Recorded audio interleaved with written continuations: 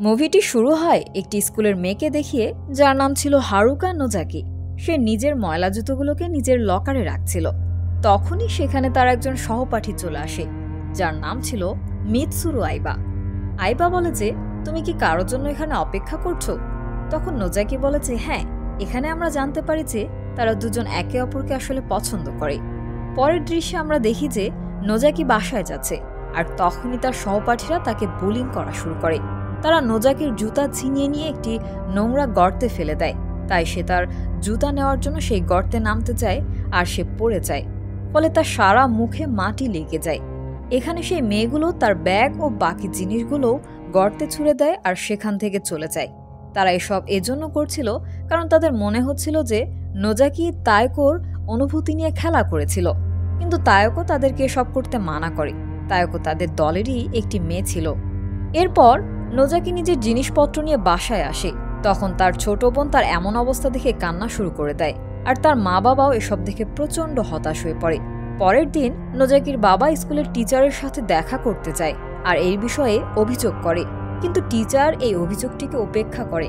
নোজাকিকে স্কুলে যেতে মানা করে দেয় আর বলে যে, যতদিন তোমার গ্র্যাজুয়েশন সম্পন্ন না হয় ততদিন তুমি স্কুলে এসো না।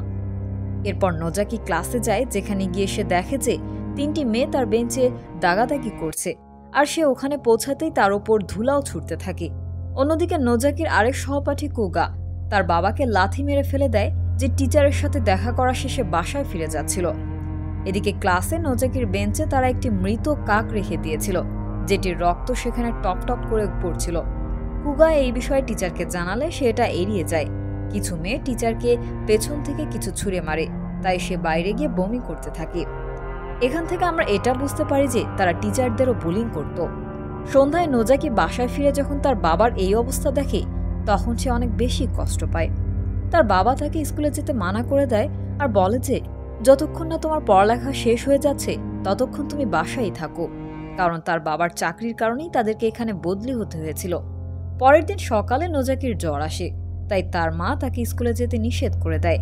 সেখানে তার ছোট বোন এসে তার শারীরিক অবস্থা সম্পর্কে জিজ্ঞেস করলে নোজাকি বলে যে সে ঠিক আছে। এজন্য তার ছোট বোন সেখানে নাচতে শুরু করে। তাতে দুই বোনের মাঝে অনেক ভালোবাসা ছিল। অন্যদিকে নোজাকির স্কুলে না যাওয়ার কারণে সেই 4 জন বুলিংকারী মেয়ে হতাশ হয়ে বসেছিল। এজন্য তারা ক্লাসের অন্য একটি মেয়ে রুমিকে বলে যে, তুমি নোজাকির বাসায় গিয়ে ওকে স্কুলে ডেকে আনো, আর যদি এটা করতে না পারো তাহলে আমাদের পরবর্তী শিকার কিন্তু তুমি হবে। এসব শুনে রুমি ভয় পেয়ে যায় আর নোজাকির বাসায় যায়। নোজাকি তাকে বলে যে, আমি আর স্কুলে যাব না। এতে রুমি বলে যে, যদি তুমি স্কুলে না আসো তাহলে তারা আমাকে তাদের শিকার বানাবে। এরপর রুমি নোজাকির কিছু ছবি তুলে নেয়, যাতে সে ওই মেয়েদেরকে দেখাতে পারে যে সে সত্যিই নোজাকির বাসায় এসেছিল। পরের দিনও নোজাকি স্কুলে যায় না, তাই সেই মেয়েগুলো রুমিকে অত্যাচার করা শুরু করে দেয়। তাদের সাথে তায়কও কিন্তু ছিল। অন্যদিকে নোজাকি নিজের ছোট বোনের সাথে ঘোরাফেরা করছিল। সেখানে তার দেখা হয় আইবার সাথে। আপনাদের নিশ্চয়ই মনে আছে যে আইবা হলো সেই ছেলেটি যাকে নোজাকি পছন্দ করে। আইবাও তাদেরকে দেখে খুশি হয়ে যায়, তাদের ছবি তুলে দেয় আর তাদের সাথে ঘোরাফেরা করে। অন্যদিকে আমরা দেখতে পাই যে সেই মেয়েগুলো রুমিকে বুলিং করছে এবং তায়কও তার চুল কেটে দিচ্ছে আর জিজ্ঞেস করছে যে, তুমি কি নোজাকিকে ঘৃণা করো? এতে রুমি বলে যে, আমি তোকে মেরেই ফেলবো। পরের দিন আইবা ছবিগুলো দিতে নোজাকির বাসায় যায়, যেগুলো সে গতকাল তুলে দিয়েছিল। এগুলো দেখে তার পরিবার অনেক বেশি খুশি হয়ে যায়। এরপর নোজাকি ও আইবা একসাথে ঘুরতে বের হয়ে যায়। তারা সারা দিন একসাথে সময় কাটায়, ছবি তুলে, আর তারপর একটি সুন্দর জায়গায় যায়, যেখানে গিয়ে আইবা বলে যে এই জায়গাটি তুষারপাতের সময় অনেক বেশি সুন্দর দেখায়। এরপর নোজাকির হাতে ভুলবশত আইবার হাত লেগে যায়। আইবা দুঃখিত বলেও সে জবাবে কিছুই বলে না। তাই আইবা আবারও তার হাত স্পর্শ করে আর সে মুচকে একটা হাসি দেয়। রাতে বাসায় ফেরার সময় বুলিংকারী দলের 2 জন মেয়ের সাথে তাদের দেখা হয়। মেয়ে দুইটি তাদেরকে দেখেই সেখান থেকে পালিয়ে যায়। তখনই নোজাকি দেখে যে তার বাড়িতে আগুন লেগেছে আর সেটি পুড়ে যাচ্ছে। সে দৌড়ে তার বাড়িতে ঢুকতে যায়, কিন্তু আইবা তাকে থামিয়ে দেয় আর সে নিজে বাড়ির ভেতরে গিয়ে নোজাকির ছোট বোনের পুড়ে যাওয়া দেহ নিয়ে বাইরে আসে। তার শ্বাস এখনো চলছিল, কিন্তু এই দুর্ঘটনায় নোজাকির মা বাবার মৃত্যু হয়ে যায়। এরপর হাসপাতালে নোজাকির ছোট বোনের সাথে দেখা করার জন্য তাদের দাদা এসে হাজির হয়, কারণ তার ছোট বোন আইসিইউতে ছিল। তাদের দাদা নোজাকিকে নিজের বাসায় নিয়ে যায়, কারণ এখন থেকে সে নিজের দাদার সাথেই থাকবে। অন্যদিকে সেই বুলিংকারী দল ভাবছিল যে যদি কেউ জেনে যায় যে তারাই বাড়িতে আগুন লাগিয়েছিল তাদের তাহলে কি হবে। এদের মধ্যে সেই দুটি মেয়ে খুব ভয়ে ভয়ে ছিল, কারণ তারা দুজন জীবিত মানুষকে পুড়িয়ে মেরে ফেলেছিল। কিন্তু সেই দলের বাকি সদস্যদের এই বিষয়ে একটুও অনুশোচনা হচ্ছিল না যে তারা এমন একটি জঘন্য কাজ করেছে। এরপর আমরা তায়কোকে দেখতে পাই। তার বাবা বলে যে আমি যা বলবো তুমি ভবিষ্যতে তাই হবে, কিন্তু তায়কো বলে যে আমি একজন বিউটিশিয়ান হতে চাই। কিন্তু তার বাবা তার কথায় কোনো পাত্তাই দেয় না আর সেখান থেকে চলে যায়। পরের দিন স্কুলে নোজাকিকে দেখে সবাই অবাক হয়ে যায়। তখন আইবা তাকে বলে যে যদি তোমার ইচ্ছা না হয় তাহলে তুমি স্কুলে এসো না। এরপর বুলিংকারী দুজন মেয়ে নোজাকিকে সেই জায়গায় নিয়ে যায় যেখানে মুভির শুরুতে তারা জুতোগুলো ফেলে দেওয়া হয়েছিল, অর্থাৎ সেই বড় গর্তের জায়গাটিতে। সেখানে ইতোমধ্যেই একজন মেয়ে উপস্থিত ছিল। এখন তারা তিনজন মিলে নোজাকিকে গর্তে ফেলে দেয়। তাদের মধ্যে একজন মেয়ে তাচিবানা তাকে চাকু দেখিয়ে বলে যে আমরাই তোর পরিবারকে মেরে ফেলেছি আর তোর বাড়িতে আগুন দিয়েছি। এসব শুনে নোজাকির অনেক বেশি রাগ ওঠে আর সে নিজের চাকু বের করে তার মুখে একটা আঁচড় কেটে দেয় আর একটি লাঠি দিয়ে ততক্ষণ মারতে থাকে যতক্ষণ না তার মৃত্যু হয়ে যায়। তাচিবানা সেখানেই মারা যায়। এতে ভয় পেয়ে বাকি দুজন মেয়ে তার কাছে মাফ চাইতে থাকে আর সেখান থেকে পালানোর চেষ্টা করে, কিন্তু নোজাকি তাদের দুইজনকেও মেরে ফেলে। মারার আগে তাদের মধ্যে একজন মেয়ে বলে যে আগুন লাগানোর পুরো পরিকল্পনাটি কুগার ছিল। পরের দিন স্কুলে তিনজন মেয়ে অনুপস্থিত ছিল। এটা দেখে কুগা আর তার দুই বন্ধু চিন্তায় পড়ে যায় যে তারা কোথায় গিয়েছে। তখনই স্কুলের বাইরে তারা পুলিশকে দেখতে পায়। এটা দেখে কুগা ভয়ে পালিয়ে যায়। রাস্তায় তার নোজাকির সাথে দেখা হয় আর সে তাকে বুলিং করা শুরু করে এবং তাকে ধাক্কা দিয়ে ফেলে দেয়। কিন্তু তখনই নোজাকি তার পেটে চাকু মেরে দেয় আর আহত অবস্থায় সে বরফের ওপর দিয়ে হামাগুড়ি দিয়ে সামনের দিকে আগাতে থাকে। এরপর নোজাকি তাকে ঠান্ডায় মারা যাওয়ার জন্য সেখানেই ফেলে রেখে চলে যায়। পরের দিন ভারী তুষারপাতের কারণে স্কুল বন্ধ ছিল, তাই আইবা নোজাকির সাথে দেখা করতে তার বাসায় যায়। এখানে তার দাদা বলে যে স্কুল শেষে সে নোজাকি ও তার ছোট বোনকে টোকিও নিয়ে যাবে। সেই রাতেই কুগার দুজন বন্ধু রুমিকে কল করে বলে যে সেই তিনজন মেয়ে ও কুগা সবাই নিখোঁজ হয়ে গিয়েছে, হয়তো নোজাকি তাদেরকেই মেরে ফেলেছে।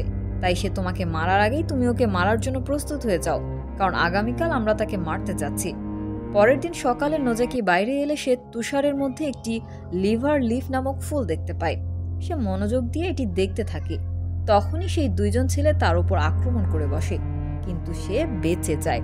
তাদের মধ্যে একজন ছেলে নোজাকিকে পছন্দ করত, তাই সে তাকে চুমু খেতে চায়, কিন্তু নোজাকি এতে বাধা দিলে সেই ছেলেটি তার সাথে জোর জবরদস্তি শুরু করে দেয়।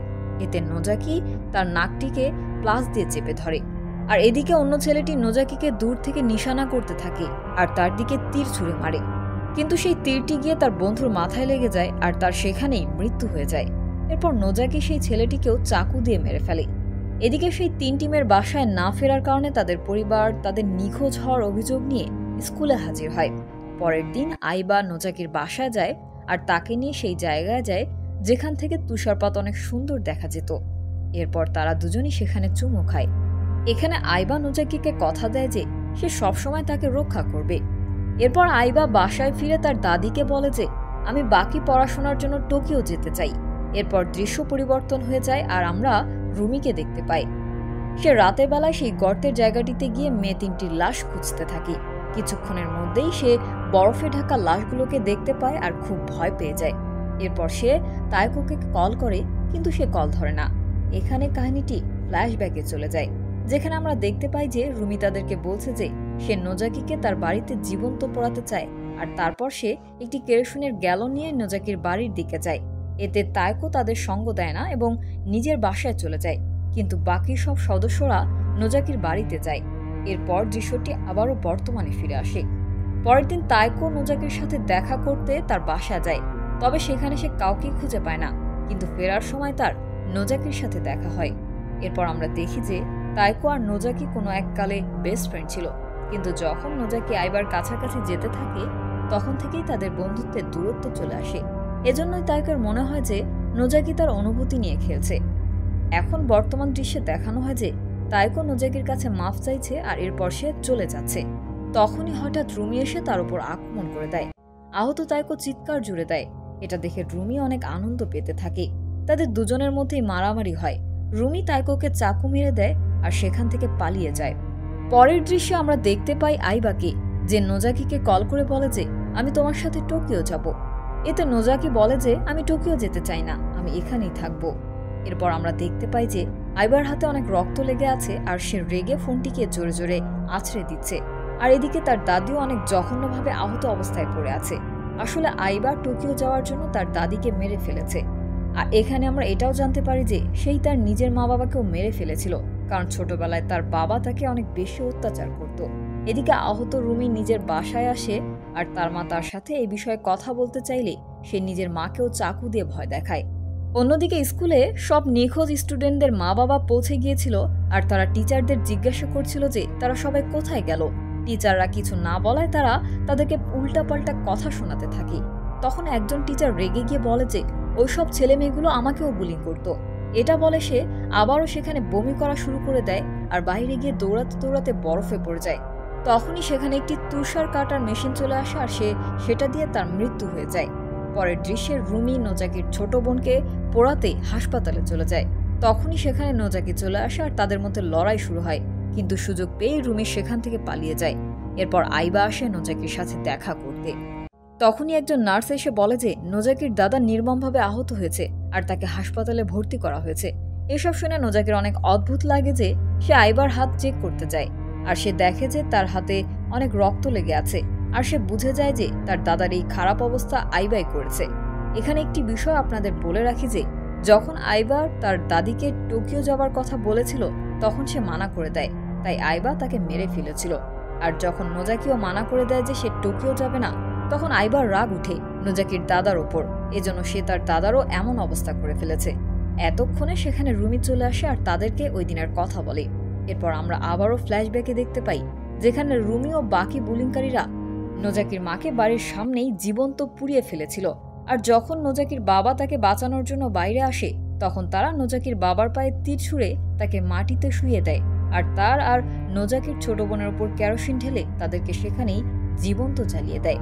আর তারপর সেখান থেকে তারা পালিয়ে যায়। এসব শুনে রেগে গিয়ে নোজাকি রুমিকে মারতে যায়, কিন্তু রুমি তার পেটে চাকু ঢুকিয়ে দেয়। এদিকে আইবা রেগে রুমিকে মারতে শুরু করে দেয়। এরই মধ্যে আইবার ব্যাগ নোজাকির সামনে গিয়ে পড়ে। সেখানে কিছু ছবি ছিল যেখানে তার বাবা ও তার ছোট বোন জীবন্ত পুড়ছিল। এখানে আমি বলে দিই যে যেই রাতে আইবা নোজাকির ছোট বোনকে বাঁচাতে গিয়েছিল তখন তাদেরকে বাঁচানোর আগ মুহূর্তে তাদের কিছু ছবি তুলেছিল। এটা জানতে পেরে নোজাকির অনেক বেশি রাগ উঠে আর সে আইবার উপর আক্রমণ করতে যায়, কিন্তু আহত থাকার কারণে সে তাকে মারতে পারে না আর পড়ে যায়।